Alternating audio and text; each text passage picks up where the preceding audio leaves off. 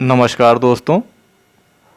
शुक्र ग्रह यदि 7वें भाव में होते हैं तो ये अपना कैसा फल देते हैं, इसके बारे में आज बात करेंगे। 7वां घर जो होता है विवाह का स्थान माना जाता है और शुक्र ग्रह विवाह के कारक ग्रह माने जाते हैं।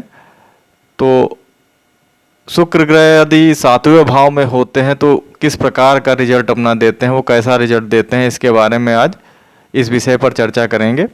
तो आइए जानते हैं शुक्र ग्रह का 7वें घर में क्या फल होता है।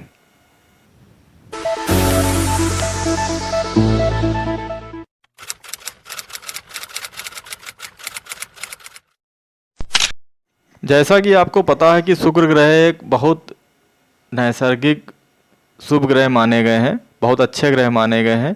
आपके जीवन में जो भी ऐश्वर्य की प्राप्ति होती है, भौतिक सुख सुविधाएं हमें प्राप्त होती हैं, ये सारी चीज़ें शुक्र ग्रह से हमें प्राप्त होती हैं। शुक्र ग्रह जो होते हैं विवाह के कारक ग्रह भी माने गए हैं और शुक्र ग्रह के द्वारा हमें जो लग्जीरियस लाइफ प्राप्त होती है वो शुक्र ग्रह के द्वारा ही प्राप्त होती है।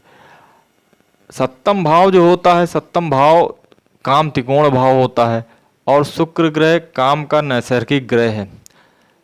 सप्तम भाव में यदि शुक्र ग्रह विराजित होते हैं तो जातक कामुक प्रवृत्ति का होता है। जातक की बहुत अतृप्त इच्छाएं हो सकती हैं।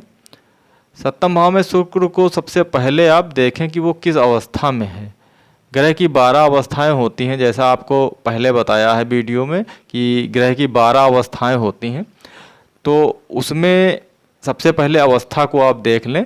अगर सप्तम में शुक्र नीच या नीच नवांश में बैठे हैं या राहु मंगल से पीड़ित हैं, राहु मंगल से अगर पीड़ित हैं तो ऐसा व्यक्ति जो होता है चरित्र के मामले में ठीक नहीं होता, गड़बड़ होता है, या ऐसे व्यक्ति के ऊपर चरित्र के ऊपर कोई ना कोई दाग लगता है।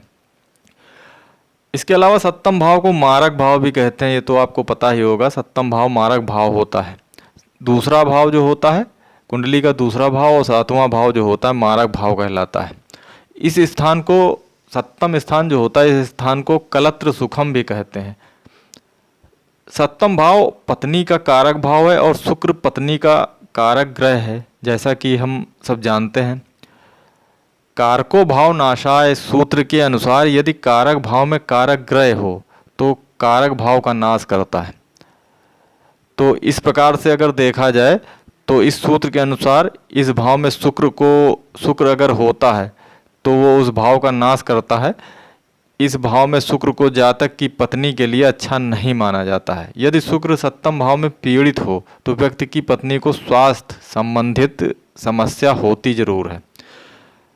व्यक्ति की पत्नी से अलगाव की स्थिति पैदा कर सकता है, तलाक की स्थिति भी बन जाती है यदि शुक्र सप्तम में द्विस्वभाव राशि में होता है। द्विस्वभाव राशि में अगर शुक्र होते हैं तो ये व्यक्ति का एक से ज़्यादा विवाह हो सकता है, ऐसा भी बताया गया है, या एक से अधिक विवाह या एक से अधिक स्त्रियों से ऐसे व्यक्ति का संबंध हो सकता है। सप्तम भाव में स्थित शुक्र व्यक्ति की कुंडली के प्रथम भाव जो होता है लग्न जिसको बोलते हैं, उसको पूर्ण दृष्टि से देखता है। इसलिए लग्न जो होती है, आप जानते होंगे, लग्न को पूरे शरीर जो होता है आपका उससे देखा जाता है। तो इसलिए व्यक्ति जो ऐसा होता है वो आकर्षक व्यक्तित्व का स्वामी होता है।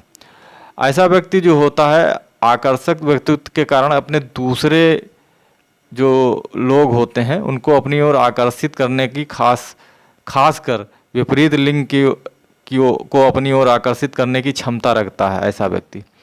शुक्र बहुत शुभ ग्रह होता है। इसके बारे में फल दीपिका के भाव फला अध्याय में भी बताया गया है। शुभार्य मत सतीरतम मृत कलत्र मढ़ायम मदे। फल दीपिका के भाव फला अध्याय में श्लोक नंबर 18 में दिया हुआ है। श्लोक नंबर 18 में तीसरी पंक्ति जो है, तीसरी पंक्ति में ऐसा बताया गया है शुक्र के बारे में। शुक्र ग्रह के बारे में सप्तम भाव में यदि शुक्र है तो उसके बारे में इसमें बताया गया है कि शुक्र यदि सप्तम भाव में होता है तो सुयोग पत्नी के होते हुए भी खराब स्त्री के फेर में रहने वाला होता है व्यक्ति। धनी तो होता है, और ऐसा व्यक्ति जो होता है मृत पत्नी वाला भी होता है, ऐसा इसमें बताया गया है। इसमें मृत कलत्र का मतलब जो है इसलिए दिया है क्योंकि इसको कलत्र सुखम, इसको, इस भाव को कलत्र सुखम भाव भी कहते हैं। इसमें इसके बारे में बताया गया है। तो इस प्रकार से इसका जो फल होता है ये भाव फल के हिसाब से ये बताया गया है। इसके अलावा आप देख सकते हैं कि शुक्र को जो इसकी अवस्थाओं के हिसाब से बताया गया है कि शुक्र की अगर अवस्थाएं उच्च की हैं या उच्च नवांश में है, शुभ वर्गों में है, या स्वराशि का है शुक्र वहाँ पे बैठा हुआ, तो इसको आप देख सकते हैं ये जो इसकी शुभता होती है वो बढ़ती है। और इसी में अगर ये नीच नवांश में होता है, नीच वर्ग में होता है, पाप वर्ग में होता है और शत्रु राशि का होता है, तो इसकी जो भी शुभता होती है उसमें कमी आ जाती है और ये अशुभ फल देते हैं, काफ़ी अशुभ फल देते हैं। हालांकि शुक्र जो होते हैं शुभ ग्रह माने गए हैं, लेकिन अवस्थाओं के हिसाब से इनको आप देख सकते हैं यहाँ पे कि किस अवस्था में बैठा है, क्योंकि बहुत सारे ऐसे इसमें तालमेल नहीं मिले हैं। बहुत सारे ऐसे विवाद होते हैं, लोगों का कहना होता है कि 7वें में शुक्र हमारे तो यहाँ पे बैठा है, हमारे साथ तो ऐसा कुछ हुआ नहीं, ऐसा घटित नहीं हुआ है। तो ऐसा तभी होता है जब शुक्र की अवस्थाएं अलग अलग होती हैं। दो व्यक्ति हैं, दोनों व्यक्तियों के शुक्र 7वें स्थान पे बैठे हुए हैं और दोनों का फल जो है मिलने का अलग अलग फल अलग तरीके से मिल रहे हैं। तो इन अवस्थाओं को देखकर आप उसको फल को जानें, क्योंकि अलग अगर फल मिल रहे हैं तो उनकी अवस्थाएं अलग ज़रूर होंगी। वो उच्च के किसी में हो सकते हैं और किसी में नीच के हो सकते हैं, नवांश में अलग हो सकते हैं। इस प्रकार से उनका फल देने का जो तरीका होता है वो बदल जाता है।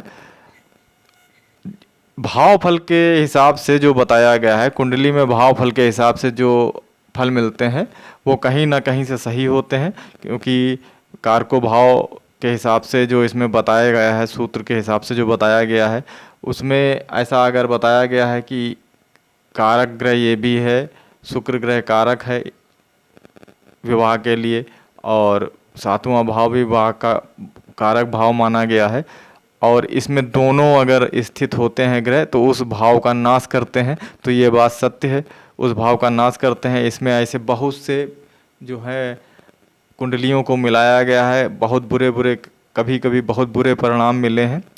स्त्रियों के लिए अगर शुक्र 7वें भाव में होता है तो ज़्यादा खराब माना गया है, क्योंकि पत्नी को ज़्यादा इसमें खराबी देखी गई हैं।